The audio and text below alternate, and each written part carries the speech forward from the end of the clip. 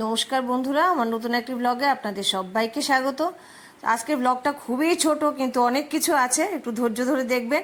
এক কাপ চা শেষ হওয়ার আগে আমার ব্লগটা শেষ হয়ে যাবে। গলাটাও ধরে আছে, কেন কি কালকে একটু ফ্রিজের জল খেয়েছিলাম, খুব গরম ছিল, না খেয়ে উপায় ছিল না, এই জন্য গলাটা একটু ধরে ধরে আছে। কষ্ট করে শুনবেন, ঠিক আছে? তো কালকের দিনটা একদম খুব হ্যাট্রিক গেছে আমাদের। স্কুল থেকে এসে খুব একটা হঠাৎ করে একটা ফোন আসা, তারপর এখানে গেছিলাম, আমরা সামিল হয়েছিলাম একটা অনুষ্ঠানে যোগদান করার জন্যে। সেটাই আপনাদের সঙ্গে শেয়ার করছি। আর আমাদের এখন কি সারা ভারতবাসী বলুন একজোট হয়ে থাকার কথা, জাতি ধর্ম বর্ণ সব নির্বিশেষে আর কি, ধনী দরিদ্র একজোট হয়ে থাকলে পৃথিবীর কেউ আমাদের কোনো ক্ষতি করতে পারবে না। ইনি আমাদের স্বামীজি।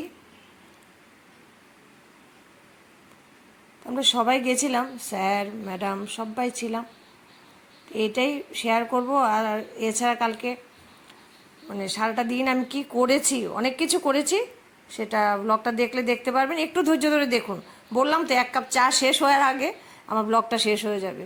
গুড মর্নিং সবাইকে। তো সকালবেলা উঠে চা খেয়ে নিচ্ছি। আমার যে আসে রোজ দিন আমার বাড়িতে অর্চনা, ও চলে গেছে চাটা খেয়ে, তো আমি আস্তে আস্তে খাচ্ছি। নাড়ু দিয়ে গেছে কালকে আমার যা। এর আগে তো শর্মিষ্ঠা খাইয়েছে সন্দেশ, ছাতুর নাড়ুরই সন্দেশ, আর সংক্রান্তির দিন যেটা বানায় আর কি। আর তারপর আবার লিপিও খাইয়েছে, লিপির মা বানিয়েছিল, সেটা খুব টেস্টি। উনি প্রত্যেকবারই আমাদের খাওয়ান। তো আমি আসলে এরকমভাবে পেয়ে আমি একটুও বানাতে পারি না এগুলো, সত্যি করে আমি বুঝি না যে কী করে কতটুকু করতে হবে, এই জন্য ওই ধার দিয়েও যাই না আর কি। আমি তা না বানিয়ে যখন পেয়ে যাই, আর কি দরকার পরিশ্রম করে। আমি তো এমনি তো কাজ করতে একদমই ভালো লাগে না, আমার পছন্দই নয়। তো খেয়ে খুব টেস্টিও হয়েছিল। তো কালকে সারাটা দিন না খুব একদম হ্যাট্রিক গেছে। কেন কি বলুন তো, স্কুল থেকে এসে চান টান করে জাস্ট পুজোতে বসবো, এরকম সময় একটা ফোন এলো যে এক্ষুনি আমাদের যেতে হবে। তো স্কুল থেকে ফোন, তো যেতেই হবে। তো সবাই আমরা যে যেরকম পেরেছি তৈরি হয়ে চলে গেছে। আসলে পৃথিবী জুড়ে এখন একটা যুদ্ধ যুদ্ধ একটা বাতাবরণ সৃষ্টি হয়েছে, একটা অশান্তির বাতাবরণ।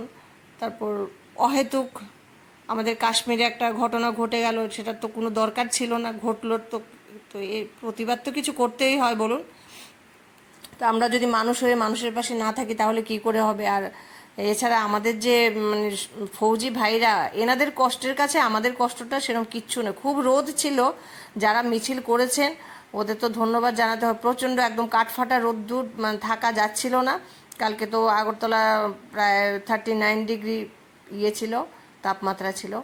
তো আমরা যে যেরকম পেরেছি চলে গেছি। ফোন পাওয়ার সাথে সাথে স্যাররাও গেছেন, আমাদের স্বামীজি গেছেন।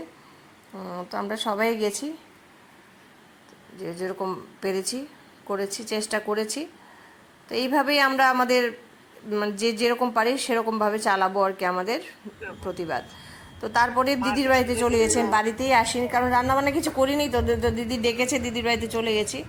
ওইখানে খাওয়া দাওয়া করে তো ভাবলাম যে বিকেলে একটা ড্রাইভার পাওয়া গেল, তো ওনাকে নিয়ে আমরা চলে গেছিলাম উদয়পুরের ত্রিপুরেশ্বরী মায়ের মন্দিরে। আপনারা সবাই জানেন কিনা জানি না, যারা ত্রিপুরা ওরা নিশ্চয়ই জানবেন, যারা বাইরে আছেন ওদের জন্য বলছি। আমাদের ত্রিপুরা রাজ্যে যে ত্রিপুরেশ্বরী মায়ের মন্দির, এটা একটা পীঠস্থান, 51 পীঠের এক পীঠ।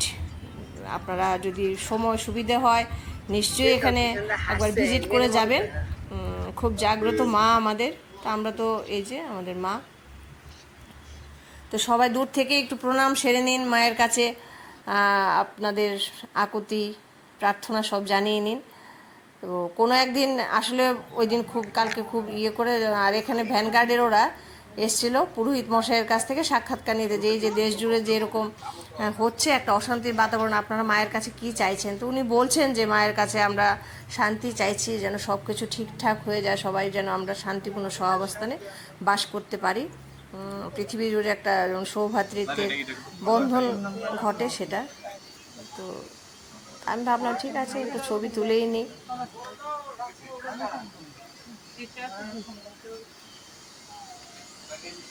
আসলে কেন তুলি, আমার তো আমি যেখানে যাই সেখান থেকে ভাবি একটা কিছু নিয়ে আসলে আপনাদের সঙ্গে শেয়ার করব, এই জন্যই তুলে নেওয়া। ছবি তো আমাকে তুলতেই হবে, একটু দেরি হলে হবে, তাড়াতাড়ি হলে হবে, সেটা আমার একটা দায়িত্বের মধ্যেও পড়ে আর কি। আমি যেহেতু কাজটা নিয়েছি, কাজটা করছি, তো সবার সঙ্গে আমার আনন্দ, আমার দুঃখ বা বেদনা, সমস্ত মুহূর্তগুলো আমি ভাগ করে নিতে চাই আর কি। এই দোকানটার একটা লোকনাথ প্যারা ভান্ডার আছে, এখান থেকে আমরা সবসময় কিনি। ও কি ও খুব হেল্প করে আর কি, একদম মায়ের কাছে নিয়ে যায় প্রসাদটা।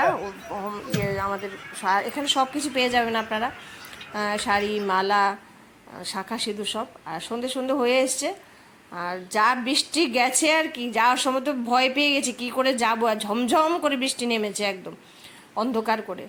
আর আমাদের ত্রিপুরা রাজ্য তো এমনি তো বনজ সম্পদে একদম সমৃদ্ধ, তো খুব সুন্দর, অনেক গাছগাছালি আছে, দেখতে খুব সুন্দর আমাদের ত্রিপুরা রাজ্য।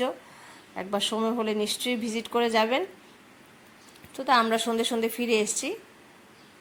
তো বাড়িতে এসে দেখি অনেকগুলো আম পড়ে আছে। আসলে বৃষ্টি হয়েছিল না, ঝড়ের মধ্যে সব টুপ টুপ করে আম পড়ে থাকলে ওই সময়টা আরও ভালো লাগতো। তো এসে দেখলাম বেশ আনন্দ হয়েছে। তারপর সবাই ভালো থাকবেন, সুস্থ থাকবেন, সবাইকে ভালো রাখবেন। আমার পরবর্তী ব্লগটা দেখার জন্য চোখ রাখবেন নিশ্চয়ই। আমার 25শে বৈশাখে ব্লগটা করেছিলাম, সেটা এখনও দেওয়া হয়নি, এটা দেব আগামী ইয়েতে, দেখবেন তাহলে। টাটা।